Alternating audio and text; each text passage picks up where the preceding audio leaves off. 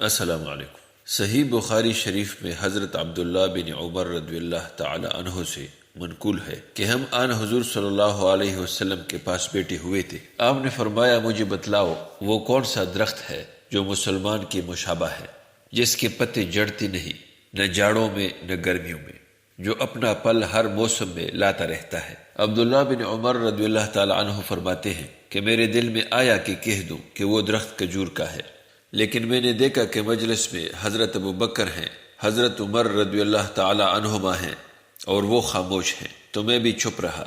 آن حضرت صلی اللہ علیہ وسلم نے ارشاد فرمایا کہ وہ کھجور کا درخت ہے۔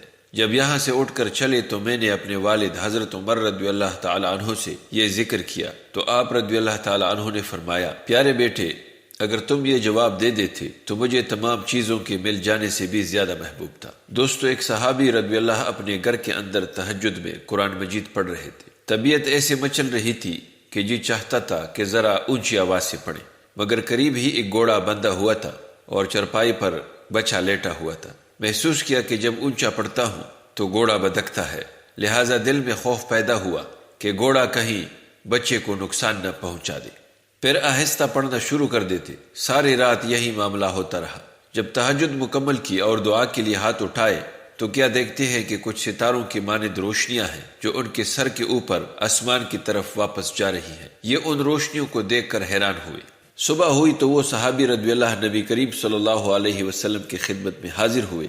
عرض کیا کہ اے اللہ کے محبوب صلی اللہ علیہ وسلم، میں نے رات کو تہجد اس انداز سے پڑھی کہ بچے کے خوف کی وجہ سے آہستہ پڑھتا تھا اور جی چاہتا تھا کہ ذرا آواز کے ساتھ پڑھوں، مگر دعا کے وقت میں نے کچھ روشنی آسمان کی طرف جاتے دیکھی۔ اللہ رب العزت کے محبوب صلی اللہ علیہ وسلم نے ارشاد فرمایا کہ وہ رب کریم کے فرشتے تھے جو تمہارا قرآن سننے کے لیے عرش رحمان سے نیچے اتر آئے تھے۔ اگر تم اونچی آواز سے قرآن پڑھتے رہتے تو آج مدینہ کے لوگ اپنی آنکھوں سے فرشتوں کو دیکھ لیتے۔ سبحان اللہ۔ دوستو، اللہ رب العالمین ہمیں کما حق ہو قرآن مجید کی تلاوت کرنے کی توفیق عطا فرمائے، آمین۔